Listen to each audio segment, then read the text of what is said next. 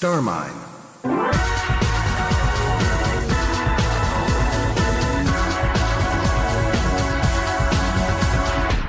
Hey everybody, welcome to the StarminePodcast, episode 10. I'm David. I'm Nick. No John this week, for mysterious reasons. But yeah, we're back again. Probably a lot sooner than we usually are, because as of recording, I haven't edited the last podcast yet, and I'll probably be putting that out in the next few days, as of like a week ago. But yeah, here we are. Hello. So Dave, what have you been doing? I got back into Bayonetta, and got a lot further than I ever have before. I guess playing Revengeance really helped me out in getting my timing down for the dodges and such. And did I ever have any problems with that game before? I just don't understand it. Yeah. Well, I think after your guys' convincing, I think I'm going to be picking up Revengeance as my next game. Cool. Yeah, good. Play that shit, man. It's fun as hell. Yeah, I know. I think I'll totally dig it because, you know, I love games like Ninja Gaiden and stuff, so. It's not like Ninja Gaiden hard or anything, though. Like, once you figure... As long as it's Ninja Gaiden crazy, I'll be good. Yeah, it's a little insane, you know.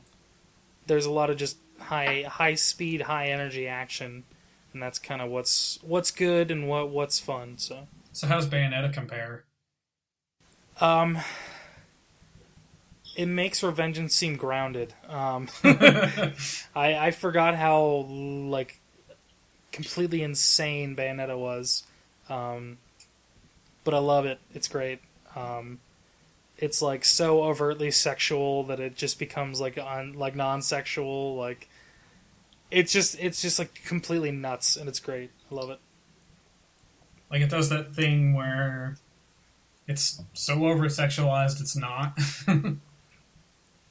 Yeah, I mean, we're talking. This is a game where the main character goes naked every time she performs like the Umbring Climax, you know, and it's called the Umbring Climax. So it's ridiculous, but I love it. I love every second of it.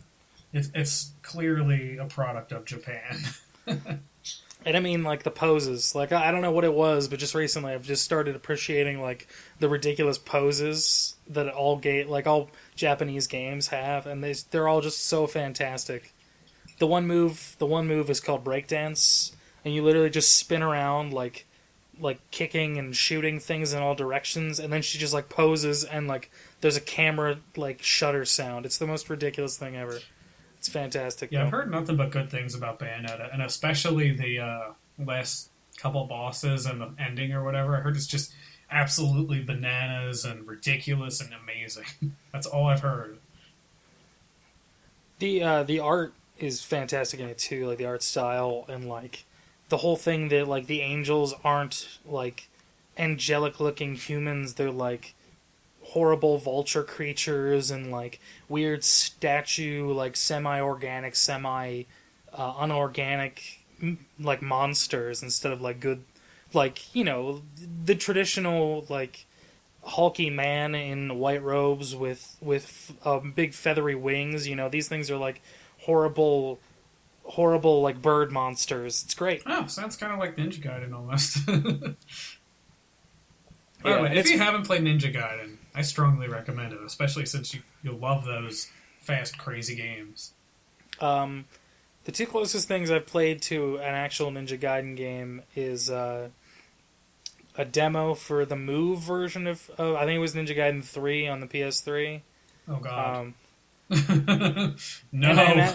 It was yeah, I don't know, it was kind of like, it was actually kind of fun, but it was just like, it was basically just like jerking the controller off over and over again. So I imagine you could replace that with like a one button, like a strong attack and a weak attack, like square and triangle or something like that, and it would just be a better game because you wouldn't have your arm severely tired.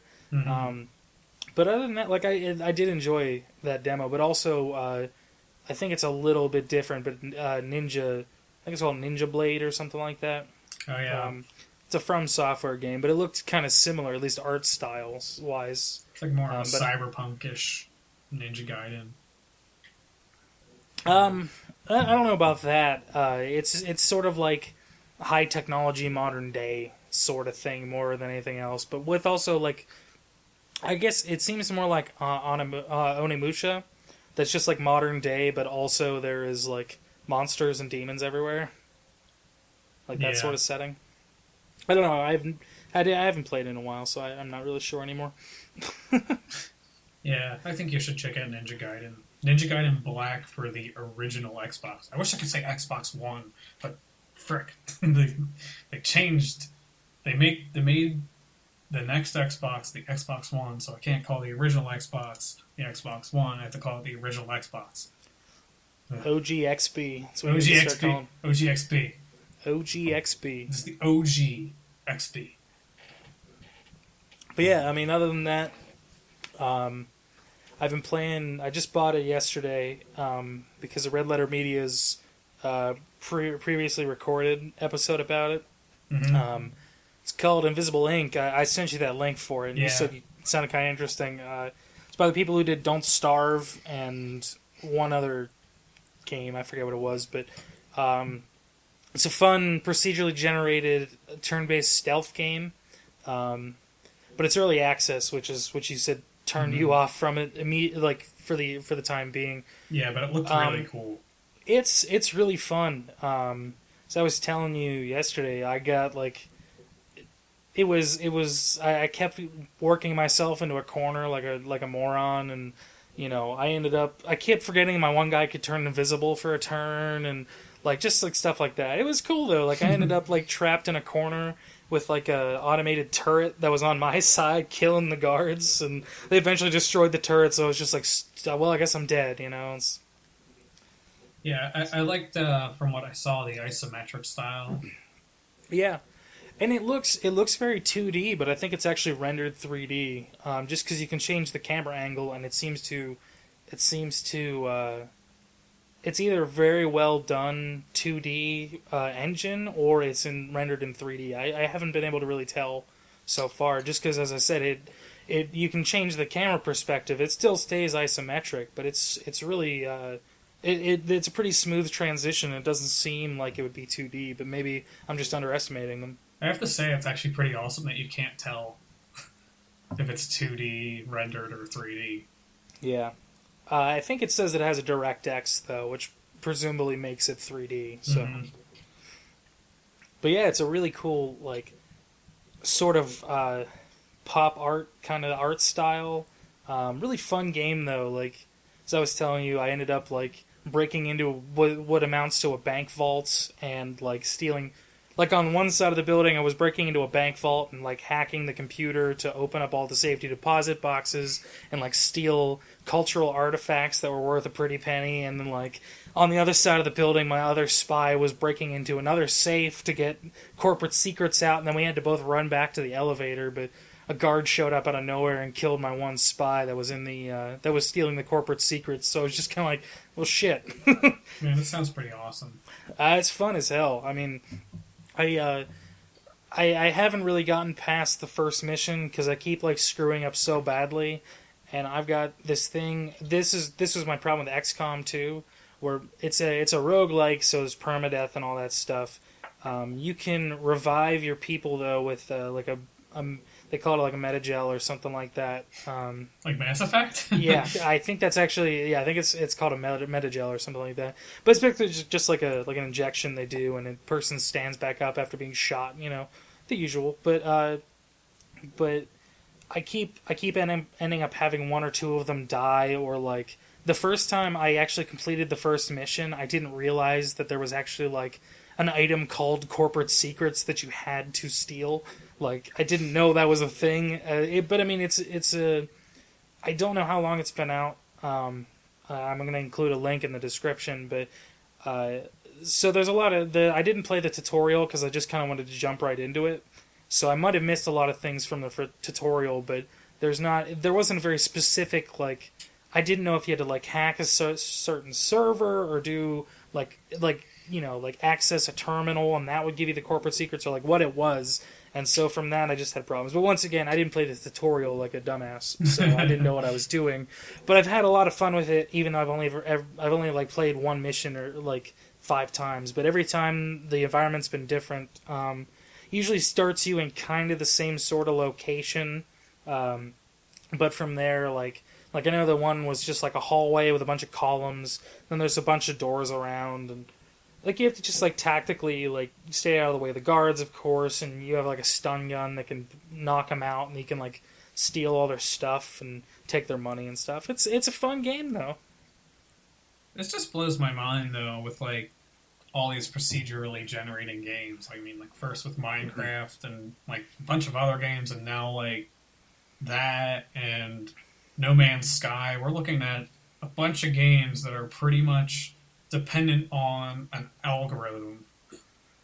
Yeah, well, it's ridiculous. It adds endless variety is pretty much what it is. And, I mean, that's, I guess, the point. You know, Minecraft wouldn't be as fun if you were always in the same sort of place. Mm-hmm. You know, and that just, you know, it's the idea of exploration. I mean, even within this short, like, one of the game mechanics in Invisible Ink is every 5 turns the alarm level goes up. And, like, the first 2 alarm levels aren't too bad. Like, the first one is, like, I think, like, some of the security cameras turn on or something like that, or, you know, one or more guards show up, or, like, 1 or 2 more guards show up, or something like that. I'm not really I forget what 1 is. 2 is all the hacking becomes harder. Is pretty much, it just takes an extra turn, is what or an extra time hacking it. But, like, even within, like, so you don't want the alarm level to get too high because it starts getting, like, really hard. More guards will show up. More security cameras will turn on, you know, like, stuff like that. But even within that, like, the idea of exploring in such a short-term time is really, really, really fun. Like, you just have this like, small building to explore, and there's, like, you know, sometimes you open a door and it's a completely empty room, you know, like, and you're just like, why the hell did I... Like, we're talking, it's like a 5 square by 5 square room that just has literally nothing in it but a floor and walls, like...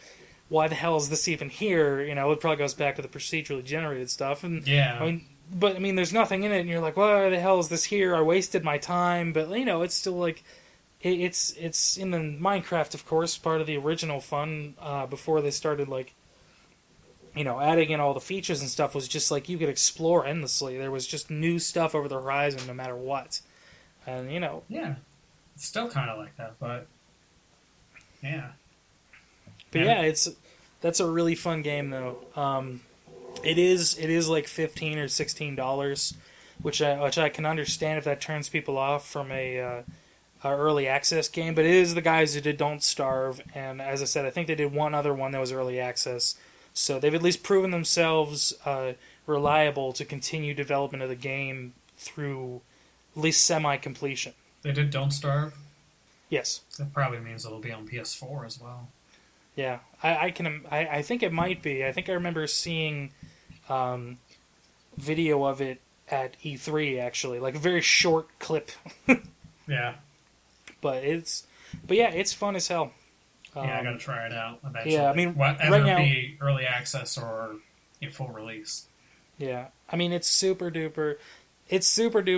Like it's definitely early in release right now. I mean you only have like you travel around the world in real time, and you only have 72 hours before you have to do your final mission to like gain money and like experience and all that kind of stuff. 72 hours remain. But so like if you're in New York and then you travel to like New Zealand or something like that, it's going to take you like 14 hours. Yeah. I don't think much time passes during the missions though, but it's got a very limited mode right now. But presumably in the future they'll expand it. You'll be able. I think there's an endless play version once you beat the main game, you know, stuff like that. So right now it's just Majora's Mask mode. Yeah, pretty much. But yeah. Other than that, I guess I'll get my my plugs out of the way early since I was thinking about it. The other thing I was doing was through one of the forums I go to, I found this one of the guys there started doing this video series that I also showed you, Stomping Grounds. Yeah, it's pretty neat stuff. Yeah, you didn't like the one I sent you. Have you watched any of the other ones? Yeah, I watched the Alan Wake. I think the Alan Wake one was probably my favorite. Yeah, with the Twin Peaks music. Yeah. Yeah. Because Alan Wake is pretty much like Twin Peaks. Yeah, well, so is Deadly Premonition, but don't, you know. But yeah, the idea behind it for, you know, people who aren't Nick and I is that it's basically just like a Ken Burnsian style walk through, like just slowly panning and zooming in and zooming out views of environments in video games.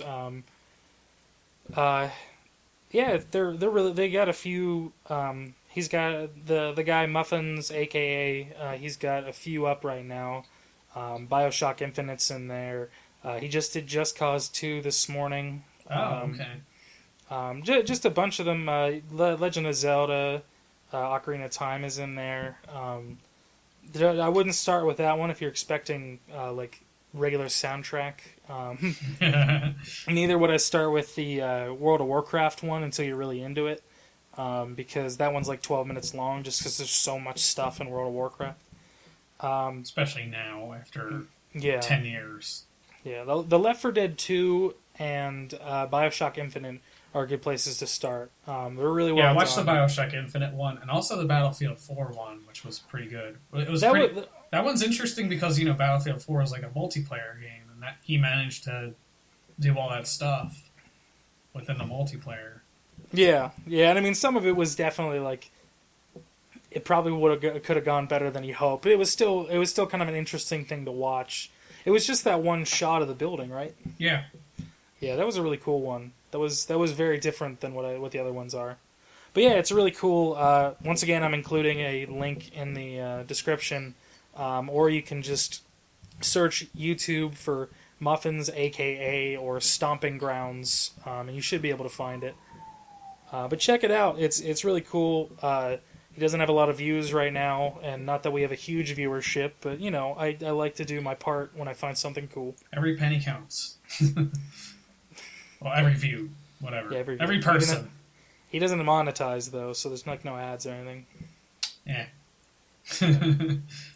But yeah, that's been my week or so. What about you, Nick? Oh, I never got around to finishing Dishonored, actually, so...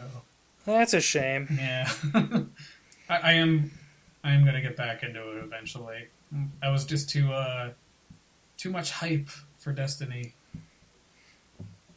And I picked it up on midnight, and I played it for a pretty solid couple days now. Cool. Yeah. Well, I'm guessing you've been liking it since you've been playing it for a couple solid days. It's really fun. I understand it's not for everyone, but it's just something I happened to, you know, I picked up the beta. I like the beta. I had a lot of fun with friends, and I'm still having fun with friends. Like, it's a very social game. I was going to say, our buddy Seth's been playing, hasn't he? Yeah, he loves the shit out of it. Yeah, it's definitely a very Seth game from what I can see. Yeah. I still am very ignorant of just kind of how the game sort of flows. You said you were going to do a stream of it or something. Maybe I can catch it sometime this week. Yeah, maybe I'll stream it. Yeah, just shoot me a message before you start streaming or something like that. Maybe I can jump on at least for a little bit. Yeah. But yeah, we actually...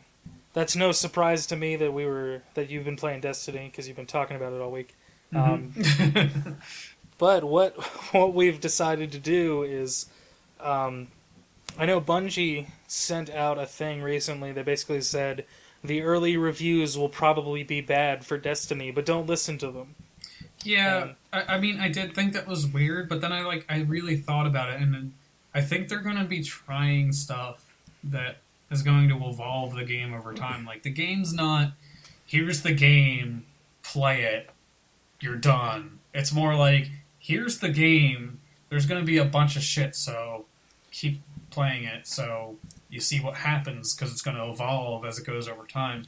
Even if you don't buy the expansions. They've been talking about the game lasting for about 10 years, haven't they? Yeah, so, which means either, one, they're full of shit and they're lying out of their ass and just saying that to keep people, glued to the game, or two, they're actually going to be changing the game from week to week, doing different stuff, even with the story, even with, different strikes and raids and crucible challenges and bounties and all that stuff, just constantly changing. And if that's the case, then I think, yeah, the reviewers are kind of wrong.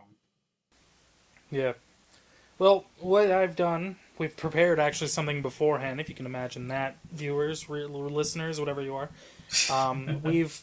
I've gone through some of the more major reviews, if you can count one of them at least. It's from the LA Times. But I went through the reviews of Todd Martens on the LA Times, Edwin Evans-Thirlwell on the official Xbox magazine, Jim Sterling for the Escapist magazine, and Jeff Gerstmann for Giant Bomb. And I kind of cherry-picked. Full disclosure, this is very cherry-picked quotes. With good reason. With good reason. But I was kind of picking out sort of the bad sort of viewpoints reviewers have had on this game. And so Nick can kind of argue them from a gamer's perspective, like a player's perspective. I may not even be arguing. I might agree with some of them. I may not. It's more, just I'm just some Joe Schmo dude bro who's been enjoying the game. Yeah, but just as I said, full disclosure, we're definitely cherry picking the bad stuff. I'm including links and the direct quotes in the description. Hopefully, I don't screw up name pronunciations or fumble through the quotes or something to misrepresent anyone. But before you go yelling about people or two people, definitely go read it yourself. And this is definitely just one guy's opinion based on what the reviewers have said. So nobody get up in arms about this. Especially the reviewers. We respect most of you. I don't know who two of you are, but respect most of you. If they're even listening. Yeah, they probably won't be. No, this will probably never see the light of day, but that doesn't matter. So I guess what we'll do is we'll start with the... this one's kind of a big one. So actually, we're not going to start with that one, because that's probably something we should leave to the end. But the first kind of pattern I saw in the reviews was definitely they were talking about the story a lot. And the one quote I have from Todd Martens from the LA Times was, "Destiny's momentum slows when it offers an attempt at a story." He also said about the story that it's more complex than that. He had described it, and then he said, it's more complex than that. Too complex, in fact. Jim Sterling has said, like Charlie the Unicorn, and if you don't know who that is, it's a YouTube video from a long time ago. I'm dragged around the story missions by inscrutable support players who are so engrossed in their grand adventure that they don't care that I haven't been given a reason to care. So very much, and I know Gerstmann said a lot of the same stuff. I didn't pick any of his quotes because it started to get a little redundant. A lot of the belief seems to be that the story is kind of hackneyed and sort of very vague to a bad degree, that it's just kind of very much background noise to maybe a bigger thing that's going on right in front of you. That's true. It's Actually, true? yeah. Very true. The story is very barren and not very clear. I mean, I finished the main story and I'm not really sure what happened. But at the same time, I kind of think I know what Bungie's trying to do, in that I think that they're trying something completely different with the storytelling, in that this is just the introduction. Like the very, very brief introduction of the story. The story's going to be huge probably by the end of the 10-year cycle. So we have all these people that are judging the story just from, like, basically the What could equivalent. boil down to be just the introduction. Yeah, like I was talking to Seth about this. I'm like, this is pretty much probably the equivalent of the very short introduction scene of Halo 1 with, just landing on Halo. We just landed on Halo, pretty much. Yeah. Yeah, that's the one thing I was thinking about when I was reading this, was definitely, if this is intending to be a later evolving game, that the story would probably continue to go on. Would you say that it's a shortcoming of the game that it has such a kind of blah story that Bungie, Halo has a great story, like the flood reveal, man, that was fantastic. It was. It is kind of disappointing, actually. Not that they won't do things with it later, hopefully, but for a release like the original release of this game, whether or not it's later evolving, is that disappointing to you at all, or? It's a little disappointing in the fact that I was expecting maybe a little bit more with the story when I went into it, but at the same time, I hope, I have faith, but blind faith, but I have faith that they're going to be doing something different over time with the story, whether it be free or not. And I hope it's, free content with the story, but I'm not holding my breath. All right. Well, as I said, everyone's sort of view of the story was that it was kind of not boring, but just over, reused staples from video game stories and action movie stories in general. The amnesiac player and stuff like that. So we'll kind of move on from that and go to more the gameplay and the mechanics. And here's actually more of a positive. It's kind of a backhanded compliment, but Jim Sterling says, "While I couldn't give a damn about Destiny's universe and its problems, I do care deeply about getting more guns and superpowers, a desire Bungie fills quite adequately. If you're one of those gamers who cares about such things as content and retail play value to the exclusion of all other qualities, then you'll be suitably covered here."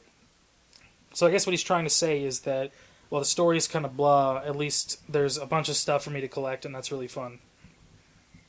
Yeah, I would have to say the armor and the guns and just everything in Destiny are probably some of the best looking design stuff I've seen in a game. Just like the armor designs and the gun designs and all that stuff. And it is very satisfying to collect all that stuff. Yeah. He says about the combat, good insofar as the general quality of the combat is rock solid. Guns feel weighty, and it can be satisfying to chew through an enemy's resistant health bar and finally drop the sucker. Bad insofar as most of the enemies are an absolute chore to deal with. He did go on to say, though, amusingly, however, the enemies get a lot more fun to deal with as the game progresses. But he also said, by the time you meet the Cabal, you'll likely have acquired some powerful weapons and skills. The dissonance between how much we're supposed to fear each new faction and how pleasant they are to fight is quite jarring. Yeah, what's funny about that quote is they already nerfed the one boss where it just felt like you were chewing at his health, and they buffed the Cabal already. Oh, really? Yeah. Maybe I'm wrong, but it felt like that when I played last time. I replayed that stuff, and the first time I was like, yeah, it felt like that, and then when I replayed those missions, it changed slightly. I might be wrong though. Well, how do you feel about it? Seems to sound like he's saying the difficulty curve is kind of lacking, that it doesn't sort of keep up with the weapons that you might be getting. What do you think about that? Not at all, because the difficulty curve happens right as you finish the main story. Oh, okay. What do you mean? Which is you hit level 20 and you finish the last mission, and then it opens up a bunch of new stuff, like the strike playlists. Me and my friend Clay, we did that. We did one of the strikes, and all of a sudden it was just like, oh my god, we can't do this. it's too hard. Like, just all of a sudden, we're like, we can't do this. It's too hard. We need, like, more people. It was weird. It was like, all of a sudden, the game just... difficulty, out of nowhere. After, like, the story's over. I've done the thing Jim Sterling mentioned. Here's a quote. It's got a far more traditional MMO core than anyone seems to be giving it credit for, with a structure almost identical to the massively multiplayer games that have spawned in droves since the popularity of World of Warcraft. From its hub world filled with faction heads, stores, and quest givers, to the way in which enemies stand rigidly at their posts and await the arrival of players, there's absolutely no denying, with a straight face, that Destiny is built exactly like an MMO. It is built like an MMO, I would have to say. I have a very... I played Guild Wars, like, a couple of years ago, and that was one of my favorite games. It was the only MMO I actually played, and that was one of my favorite games of all time, and Destiny has a very Guild Wars feel to it, almost. Really? Really, like, pretty much what he described. Like, this is weird, like, all these quotes, like, you're reading, like, I agree with them, but I still, I don't see how they're negative. Like, how is that a negative thing? Well, as I said, I'm just kind of, like, they were, I know Bungie was very much trying to separate themselves from the idea of an MMO, and I think maybe that was just a press sort of thing. Like, if... Mm-hmm. Well, it's not an MMO. It has MMO qualities. Well... It's, like, quite MMO-ish, but it's more like just multiplayer shooter where you can interact with other people at sometimes. And you get, there's RPG It's massive in elements. multiplayer and online, yes, gotcha. Yeah.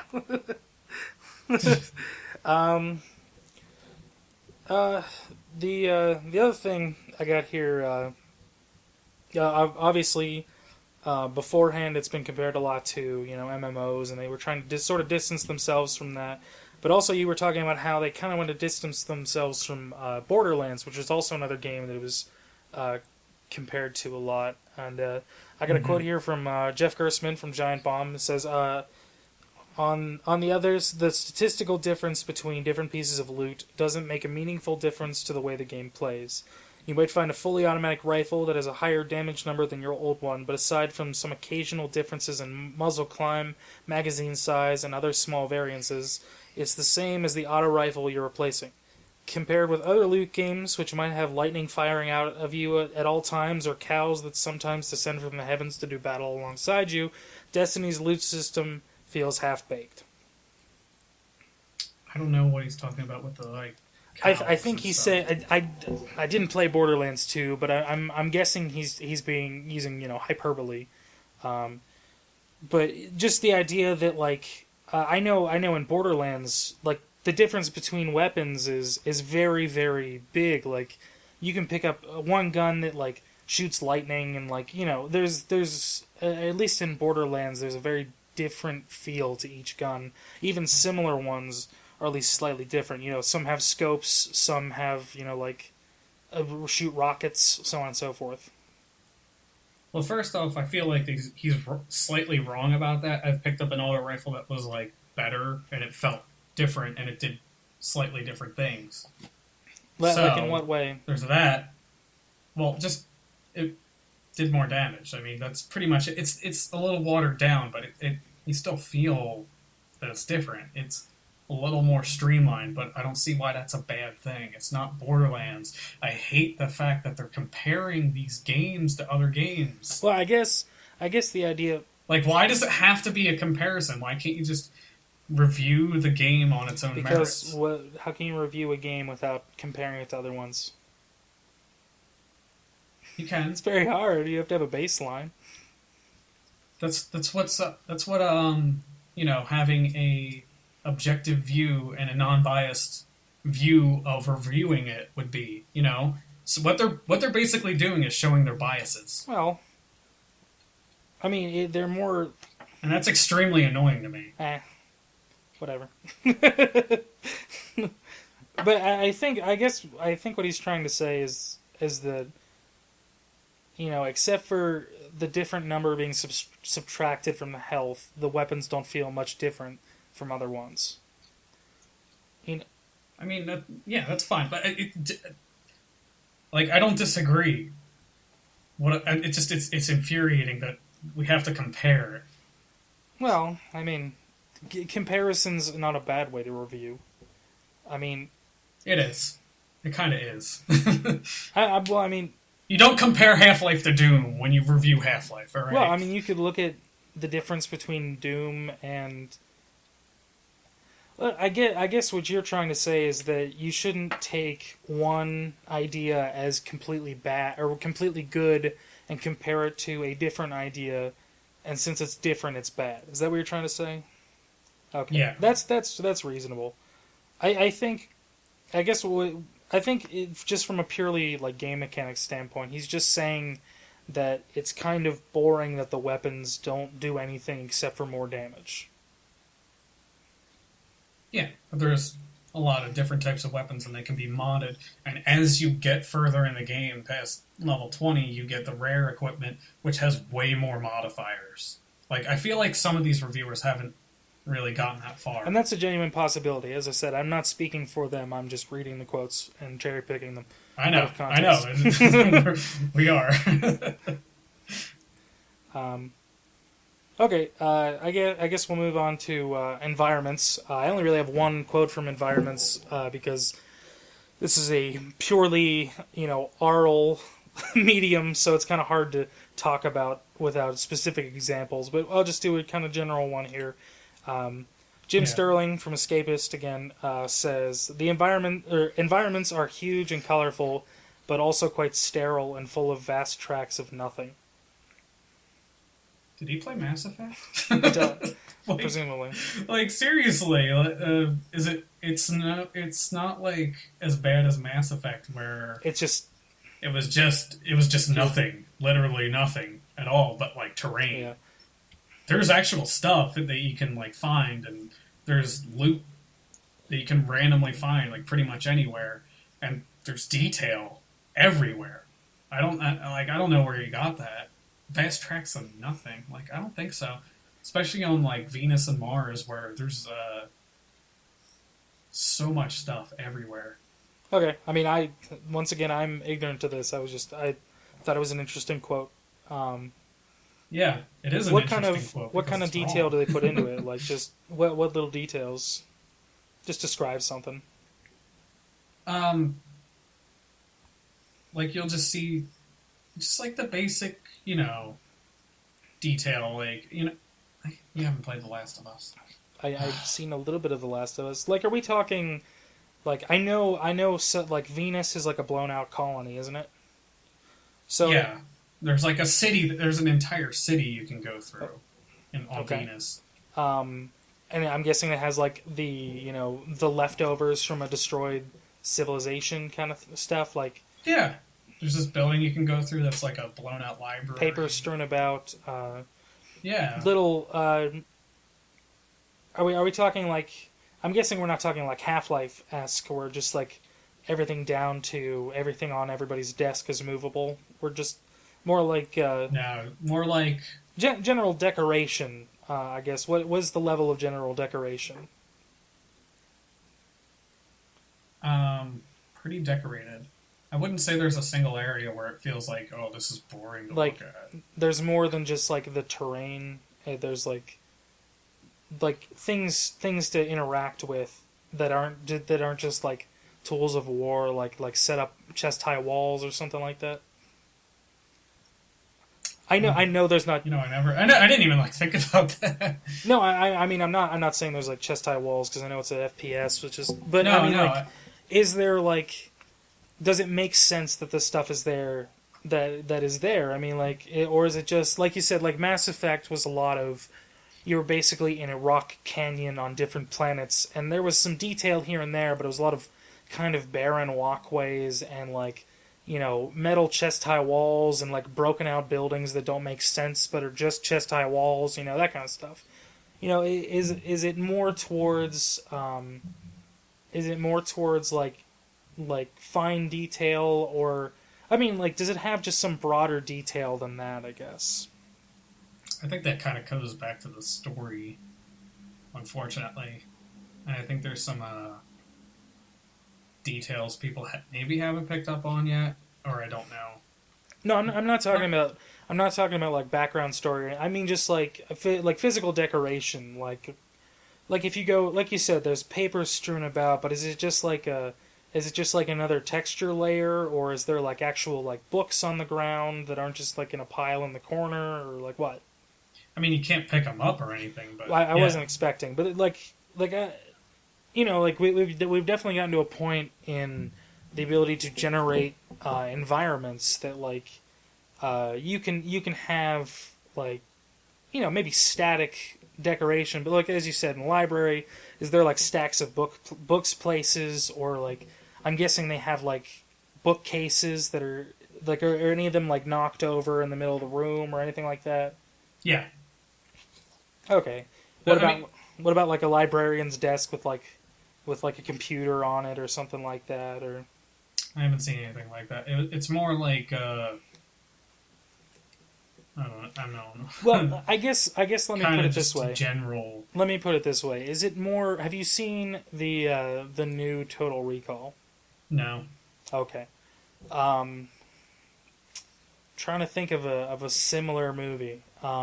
Because the one place I want to go is it like the old Total Recall or Blade Runner, where, you know, like there's fine detail in the surroundings and like the little objects that are just kind of sitting around, or is it more like sterile and like kind of empty? The environments are beautiful to look at. I'll just leave it at that. Okay. Like every single environment I've been in, nowhere have I been like, oh, this is boring to look at. There's nothing in here. It's more like, you know, this is a kind of cool, really cool area. Okay, yeah. As I said, this was going to be a hard topic to discuss because it really is. Because we're just talking about it, and not really easily able to show each other. You know, what exactly we mean. Destiny's weird, man. It's so divisive for like everybody, even people who haven't played it. All right. Well, these we're gonna go back to the original thing. As I said, the bigger quotes that are a little bit more negative, but yeah. So this might, hopefully this doesn't make you too upset, but Todd Martens from the LA Times says Destiny is comfortable and familiar in the same way a new U2 album can be comfortable and familiar. That is, Destiny hits all expected marks and only sparingly takes risks. And then he also says, for most, this shoot-first mentality is exactly the point, but Destiny's opening moments still offer a promise that's never quite fulfilled. The awareness that a single step on Mars is more exhilarating than blasting a space wizard. He in his review, he talks about how he loves the opening scene, like the opening mission. I guess he really liked I really like the opening mission. The exhilaration of space travel and exploration, and it just kind of let him down that it was still just sort of like a. Would you say the I know the guy from Evans-Thirlwell from official Xbox Magazine says still you'd be pressed to call any of it dramatically new or interesting. Would you agree that it's like, well, all right, that's a little bit weird of a way to frame that question, but do you agree with that at all? Are the puzzle pieces new that they've put together for this project? Like, have they done anything sort of out of the box, or have they just constructed a game that's familiar? I feel like how they set up the exploration and the planets and stuff. I think that was. I haven't seen anything like that where it's like it gives you a choice of a couple different planets just to wander around on for a bit. Planetside, but that's beside the point. Sorry. Yeah. But as far as like saying, you know, press to call any of it dramatically new or interesting, these are the same people who are giving Call of Duty 9s and 10s. It's true. It's very true. I don't understand why they're making these complaints now when they've been Yeah, I mean, just praising the same crap over. Maybe it's like kind of it's something kind of broke. funny. It's like they've been starved for something good to review for so long that now they've got it, that it doesn't live up to 100% of their expectations. They're tearing it apart for nitpicky reasons and giving it bad scores. Like seriously, if they give like Call of Duty Advanced Warfare 9s and 10s, I'm gonna find one of them and punch them. Yeah, I swear. Like, well, they're very hypocritical about I it. imagine neither Gerstmann nor Jim Sterling will be giving No, those. Won't. So I mean, I like Jim Sterling, as I said. I respect Jim Sterling, but I do know that he gave Vanquish a pretty shit score, which I think is a little unfair, since it's a really, really good game. And but you know, like I can understand where he's coming from. That game can be frustrating at first, but that's beside the point. But I guess like that's a very inflammatory way to say it. Like he said, press to call any of it dramatically new or interesting. But you know, as far as the base game mechanics, like the loot system and the different types of missions and the shooting, with the like power, you know, like it doesn't one of them have like one of the classes has like psychic powers or something like that, right? Well, I play the Warlock, which is pretty much like the mage, you know, Yeah. the magic user. And they're saying like that the classes aren't really differentiated. I kind of disagree. No. What I'm asking is like, you know, as far as just like the base mechanics go, like the shooting, the loot system, the class system, you know, any magic power, is any of it really like not that it isn't solid or fun to play, but like is it really like new? Like is there anything, you know, like really kind of groundbreaking from it, or is it just a very well put together game using existing elements? I think it's really well put together. I don't think. Why does it matter so much No, if it's new or not? I'm not saying it matters. I'm just saying. No, I know you're not, but they are. Well, they're acting like it's so important to be innovative. I mean, why does it matter to be innovative? Why can't you just do something that's good? And that's what Destiny does. It does something that's worked over a while, and it does it really well. Well, I mean, I'm just asking on a baseline, like a true or false kind of thing. Like, do you think like the mechanics are something new, or is it just something? No, they're not something new. Okay. It doesn't matter if they are. I'm not saying it does. Calm down, I man. know. I'm just asking. Like, I don't. Once again, I'm completely ignorant to this game, and just you know, if you know, I'm venting to them, not you. You're fine. Okay, all right. No, I'm just trying to like you know, you were. It may have been clear in your head, but it wasn't clear to me, like whether or not, like, because as I said, I'm ignorant to this game. I don't really know what's going on with it. But let's see, what's another quote I can put in here? Sadly, I don't. Oh, I believe it's a continuation of. You'll be pressed to call any of it dramatically new or interesting. Edwin Evans-Thirlwell goes on to say, sadly, that's true of quite a lot of the game. Destiny is always compelling, a bewitching vista that's not so much populated as haunted by other players, but it doesn't always captivate. Strip away those online features, and you're left with an assured, grindy shooter that is lifted by its class abilities, but deflated by the narrative shortcomings and a general want of spice. It's a recommended purchase without doubt, but given the scale of Bungie and Activision's investment and the soaring otherworldliness of the presentation, I was hoping for something just a little grander. Yeah, I think most of it has to do with people's expectations. Their expectations were way too high. So it's that good old hype train. Yeah. I had no expectations going into it. I just picked it up. Yeah. And I think that's a little. I think that's a pretty fair statement. I think it's also a little unfair to say without the. I think the really without the saying that without the online stuff, yeah. like that's kind of the point of the game is the online stuff. So that's a little unfair. Yeah, you can't strip away the online aspect. Yeah, but I mean, he does say some good stuff about it. He says it's a recommended purchase, and you know, said that Bungie and Activision have put a lot into it, and it's got a good presentation, but. it's funny because he says he was hoping for something a little grander, maybe a little more, but more is supposed to come out, presumably. Yeah.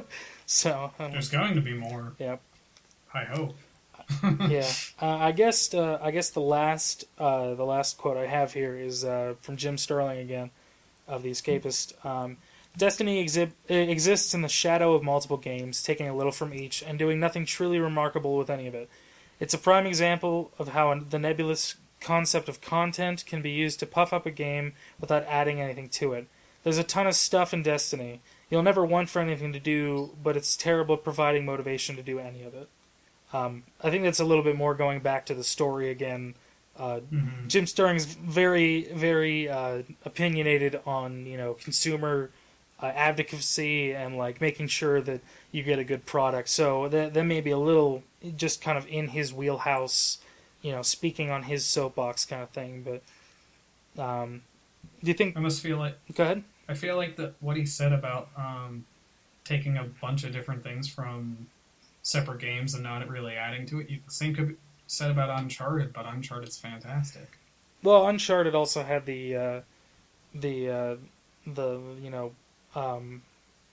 a good story. I think it all comes back to the story. Yeah, good environments too. I didn't realize so many people were dependent on a good story or not in the game. I thought the only thing that mattered is it fun or not. Well, I mean, when you're coming from a company like Bungie, though, I mean, Halo's story was a space epic. Like it's something that was expected, and I guess they just didn't deliver as much as they could have. But once again, as you said, it's sort of an intro to the series of what is going to be Destiny.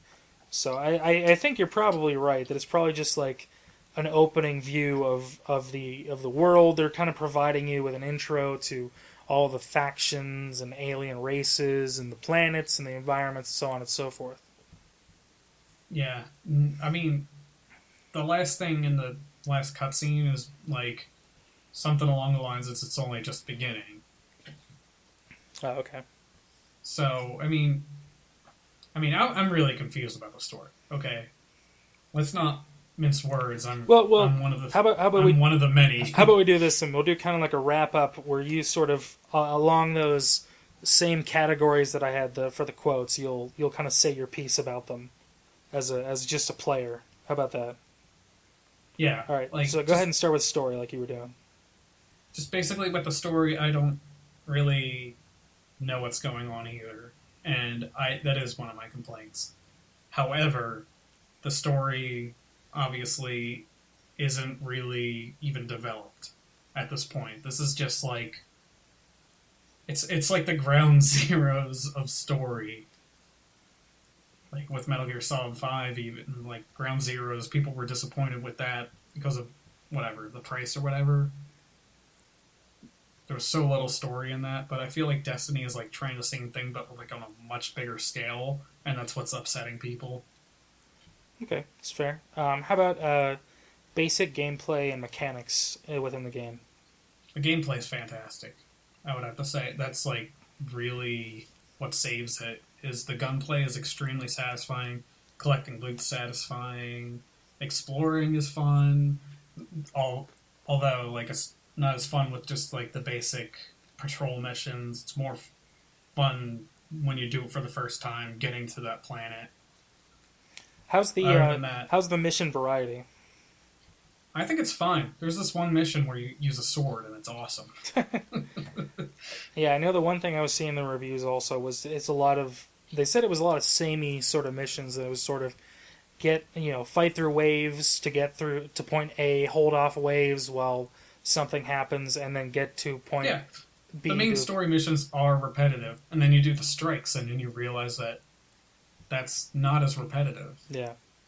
The strikes are a lot different. Okay. Than the main story missions. What other kind of missions do they have, just to sort of general, like, run through? Raids are opening up on Tuesday, so that's going to be way different. It's going to be like the entire game, you've only been up to party to 3 players. This will allow you to do 6 people. Oh boy. to play with you. So that'll be way different. Cool. All right. How about the environments? Obviously, once again, it's a little hard to discuss this on a podcast, but still, Yeah. go ahead and just kind of give a general feeling of the environment. As you said, you thought they were really, really beautiful. Mm-hmm. It's probably the prettiest game I've played. Really? I would have to say. Definitely a next gen game. Oh yeah. Yeah. On PS4 especially. Oh, okay. I know. John didn't John say something about that too? Yeah, he did. Yeah. From an art style point of view, what do you think? I think the art style is solid. I guess it could be stronger, but I mean, I saw the concept art and it pretty much grabbed that feeling of the concept art. Okay. How about just overall in the game? What do you think of it? Really fun. Wish there was more to explore. Really fun with friends. I wouldn't recommend getting the game unless you had friends. That play the game. Yeah. Because, I mean, you can have friends that don't play the game. Yeah. If you're sitting at home right now... If you're sitting at home right now and you don't have any friends, I'm sorry. Don't get Destiny. Make some friends and then go buy Destiny. Buy it for them, too. Because they're not going to want to spend the money. Yep. Well, yeah, I guess that's sort of at least your viewpoint of Destiny.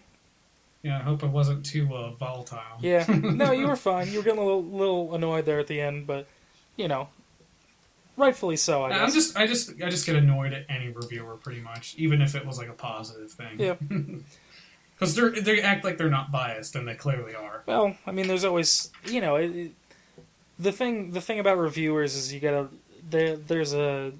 look at their pedigree, that's why God Hand got such a bad review on IGN was because the guy... I still don't understand why that happened. The reason it happened is the guy hated those types of games. He hated that type of gameplay. He just wasn't that into that type of game, and that was just a bad choice to put him to review it by IGN. I almost feel like with Destiny, like, all the publications were like, hey, you don't like those types of games at all. Why don't you review Destiny? Well, I mean, that kind of... This is it seems to be a very polarizing game for no reason. Like, a lot of people seem to not like it, a lot of people seem to like it. Once again, I have no idea about it, but it really is polarizing. It's weird. Because I've never seen anything like it. Because it seems to be this kind of like, you like it or you don't, but it's a AAA game, and it's one of the biggest releases for next gen. I mean, there's also that. They have to review it, And also the fact that, they didn't give them a, pre-release. They didn't have the servers on for, pre-release for the reviewers. All the reviewers had to play at the same time as everyone else. Yeah. Maybe a few of them were I don't know. I don't want to sound crazy or whatever. But maybe a few of them were bitter. They couldn't, Well, I mean, at least some of the guys that I picked, I would imagine that's probably not the reason. No, I don't think so. Not with that. Yeah. I agree mostly with the quotes you picked, actually. Well, there we go. I'm good at this, apparently. I don't know. I guess sort of the overall feeling I'm getting from the game is that it's a good intro, but they better back it up with some good stuff coming down the line. Yeah, if they don't deliver, then it'll be a disappointment. I mean, that's how I feel. I'm guessing they'll deliver, though. I mean, they've put a lot of money into it already. Maybe they'll pull a Diablo 3 and completely reverse everyone's opinion. I think they've already made like $500 million on Destiny. Yeah, they already made back the money that they were spending on marketing. Jesus. So they don't have that to worry about. All right, let's stop talking about Destiny. I'm getting tired of it. I know. I want to play it. You want to play it? I want to play Well, it. before we go, is there anything you want to plug, since I was kind of plug happy at the beginning of the episode? I really want you to play Ninja Gaiden. All right, you want me to play Ninja Gaiden? Ninja Gaiden Black for the original Xbox. I don't have an original Xbox. Do you have a PS3? I do have a PS3. You should pick up Sigma then, because that's the closest thing you can get to. Okay. Did you play that? Did you play that? What was that Ninja Gaiden like spin-off game. No, I didn't play that. I forget what it's called. Clearly, we've done our research here on StarminePodcast. Quality and Aiba integrity or since something like that. Isn't it like 2001. Aiba or Yaiba? No, never played it. Nope. Oh, okay. Whatever. So, no view on that one. I've heard it wasn't very good, but yeah, I'll look into playing it. Once again, I have a lot coming down the pipeline. I'm trying to whittle away my Steam games a little bit too, but obviously that's not. Yeah, I still need to finish Deus Ex. Yeah. And I mean, that's one of those games like I feel like I can pick up at any time, so that's good. Yeah. But yeah, we don't have any emails again. Of course, we never do. But Oh, you have anything to plug for me? Other than Revengeance? Revengeance still. Bayo. Just Revengeance. Bayo, if you want to. It's a fun game. Yeah. I was gonna say you don't have a Wii U, but if you did, I just recommend waiting until Bayo 2 comes out. That way you can get the double bundle. That's really making me want to buy a Wii U. That coming up. I kind of want a Wii U, but I mean, I feel like I need to wait until the Zelda game comes out. Yeah. I'm interested in Hyrule Warriors too, just to see how they do. Because I know I saw a demo of that. It's so crazy. I liked it's so crazy. Awesome. I liked Dynasty Warriors enough. I like the story more than the gameplay probably, and I know that because I tried the Gundam Musou games, which is Dynasty Warriors just with Gundams, and they go through the different stories that happen in Gundam. The different animes, and I wasn't that much into it. Even though I still like the story, I think the gameplay was just a little more blander in those. But it looks like they're doing a lot different with Hyrule Warriors. They're trying to. I heard the Miyamoto they were basically trying to make it more Zelda-like originally, and the Miyamoto said no. Just make it Dynasty Warriors, but that's awesome. But I'm interested to see it. There's also Wonderful 101 on there, and then of course Smash Brothers is coming out on there, and there's a few other games that I keep seeing. Now that I have my fiance had a Wii, and now that we're living together, it's technically mine as well too. So I've been looking through, Walmart and Target and different game stores, just to be like, what games have I missed on the Wii? And so I keep seeing Wii U games, and I'm like, seems like it'd be kind of fun to play.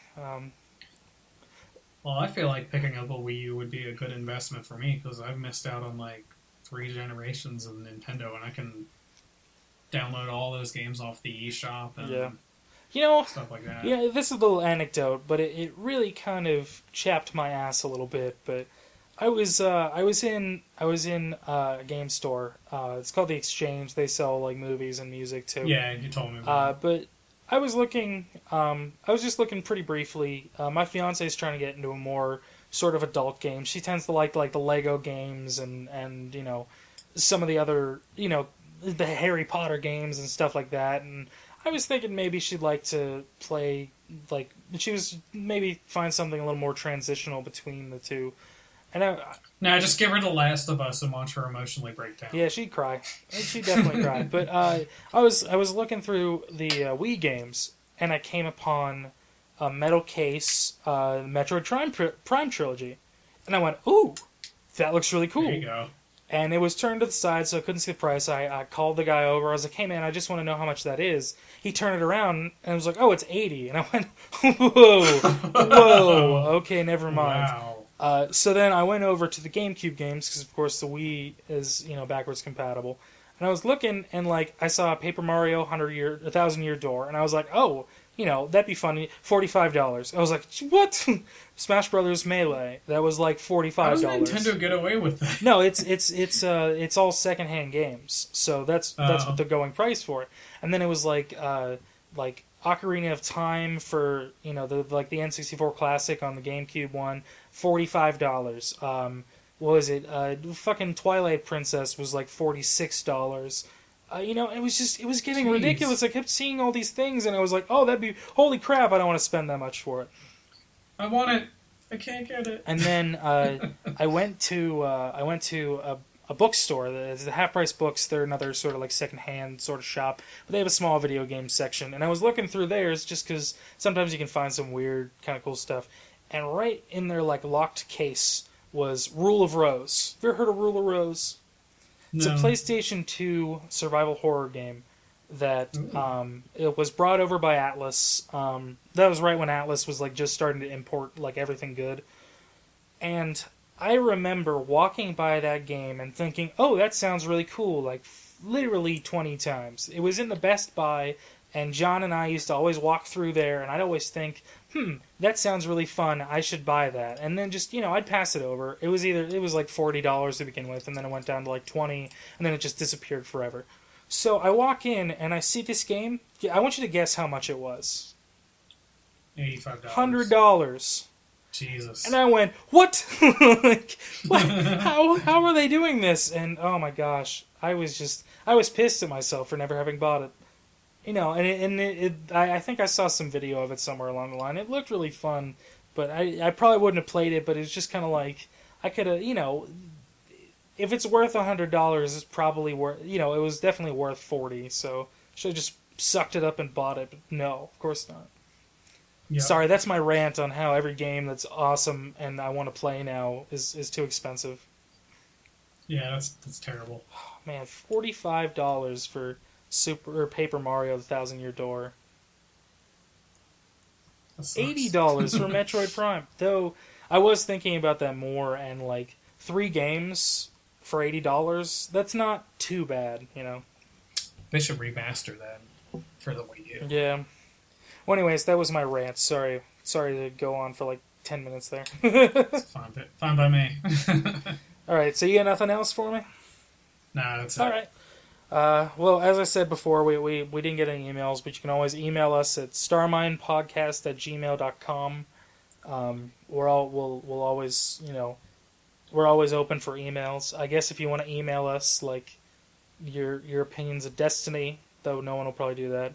Honestly, you could just email me about anything, and I would probably talk about it on the podcast. Yeah, we'll talk about whatever. But, yeah. All right. That's it for this episode of StarminePodcast. We'll see you guys the next time we decide to record. Bye. All right. Bye.